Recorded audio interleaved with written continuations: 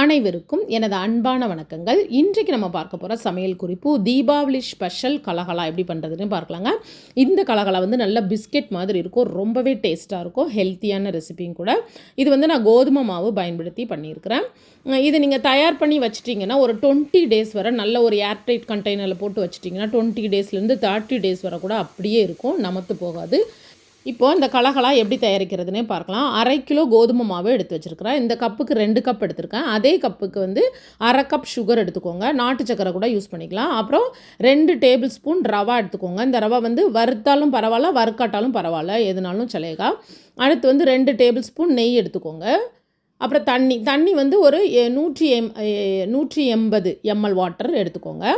அப்புறம் இப்போ இந்த மாவில் நம்ம இந்த ரவாவை போட்டு மிக்ஸ் பண்ணிடலாம். ரவா அது கூட மறக்காமல் ஒரு 2 அல்லது 3 பிஞ்ச் அளவு பேக்கிங் பவுடர் போட்டுக்கோங்க. அப்புறம் கொஞ்சமாக உப்பு சேர்த்து நல்லா மிக்ஸ் பண்ணி எடுத்துக்கோங்க. இதில் உங்களுக்கு பேக்கிங் பவுடர் வேண்டான்னா நீங்கள் யூஸ் பண்ண வேண்டாம். இப்போ ஒரே ஒரு டேபிள் ஸ்பூன் நெய் மட்டும் ஆட் பண்ணி நான் நல்லா அந்த மாவில் நல்லா மிக்ஸ் பண்ணி எடுத்துருக்கேன். அப்புறம் திரும்பியும் ஒரு டேபிள் ஸ்பூன் போட்டிருக்கேன். ஸோ 1/2 கிலோ மாவுக்கு 2 டேபிள் ஸ்பூன் போட்டுக்கோங்க. உருக்காத தான் போட்டிருக்கேன். இப்போ இந்த மாதிரி பதம் வந்தோன்னா அதை சைடில் வச்சுட்டு இந்த சுகரையும் தண்ணியும் ஆட் பண்ணி நம்ம லைட்டாக சூடு பண்ணி எடுக்க போகிறோம். கொதிக்கலாம் வைக்க வேண்டாம், ஜஸ்ட் அந்த தண்ணியில் சுகர் கரையணும், அவ்வளோதான்.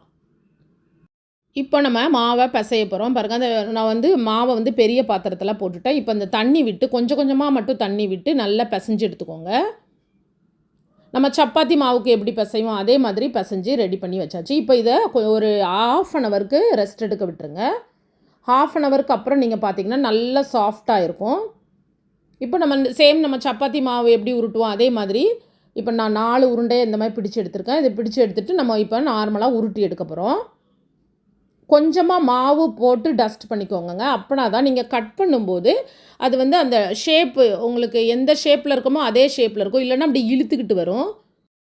இப்போ அது பெரிய சைஸாக இருக்கிறதுனால நான் கீழே போட்டுட்டு, அதாவது பிளாட்ஃபார்மில் உருட்டி எடுத்துகிட்ருக்கேன்.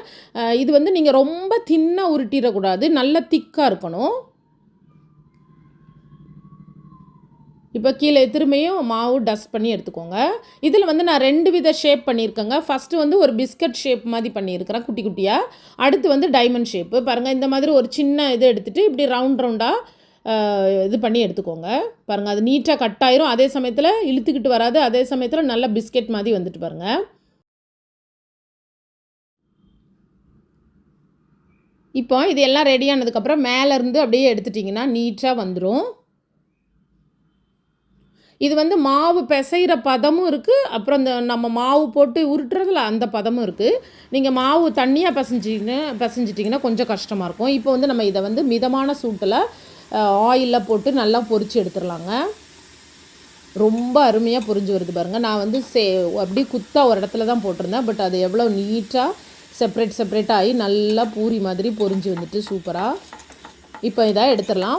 இந்த மாதிரி கலர் வரும்போது எடுத்துருங்க, ஏன்னா இது உள்ளுக்குள்ளே குக் ஆகிக்கிட்டே இருக்கும், நீங்கள் எடுத்து வச்சதுக்கப்புறமும் குக் ஆகும். ஸோ இந்த கலர் வரும்போது எடுத்துருங்க. இதுக்கப்புறம் வெயிட் பண்ணிட்டிங்கன்னா ரொம்ப டார்க் ஆயிரும், அப்புறம் அதோட டேஸ்ட்டே மாறிடும். அப்புறம் அதே மாதிரி மாவு எடுத்து இப்படி உருட்டிக்கோங்க. உருட்டிட்டு இந்த மாதிரி கட் பண்ணி எடுத்துக்கோங்க. ஸ்கொயர் ஷேப்பில் நான் கட் பண்ணியிருக்கிறேன். திக் பாருங்கள் எந்த மாதிரி இருக்குன்னு, நல்லா திக்காக இருக்கணும், ரொம்ப தின்னாக உருட்டிடாதீங்க. இப்போ செப்பரேட் அதை ஒவ்வொரு இந்த கலகலாவையும் செப்பரேட் பண்ணி எடுத்துக்கோங்க.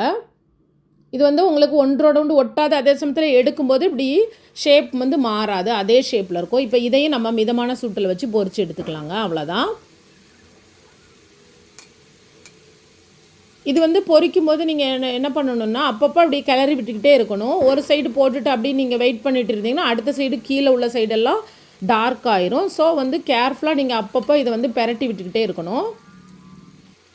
பாருங்கள், அது எவ்வளோ அழகாக நல்லா பூரி மாதிரி உப்பி வரும், அதே சமயத்தில் நல்லா பார்க்க நல்லா பெருசாகவும் இருக்குது பாருங்கள். நல்லா சாப்பிடும்போது உங்களுக்கு ஹார்டான ஒரு கடித்து சாப்பிடும்போது ஹார்டாக இருக்காது, நல்ல பிஸ்கெட் மாதிரி நல்ல ஒரு சாஃப்டாக, கொஞ்சம் சாஃப்ட், ஏன்னா நம்ம இந்த பேக்கிங் பவுடர் போட்டிருக்கிறதுனால நல்ல ஒரு சாஃப்ட்லேயும் இருக்கும். அப்புறம் போட்டிருக்கிறதுனால இப்போ ரெடி ஆகிட்டு ஃபஸ்ட்டுக்குள்ளது நான் எடுத்து வச்சுட்டேன். பாருங்கள் எவ்வளோ அழகாக வந்திருக்குன்னு. இதே மாதிரி நீங்கள் ட்ரை பண்ணுங்கள். இது ரொம்ப டேஸ்ட்டாகவும் இருக்கும், ஹெல்த்தியாகவும் இருக்கும், குட்டி பசங்களாம் நல்ல விருப்பமாக சாப்பிடுவாங்க. இதே மாதிரி ட்ரை பண்ணுங்கள், என்ஜாய் பண்ணுங்கள். Thank you so much for வாட்சிங். Thank you.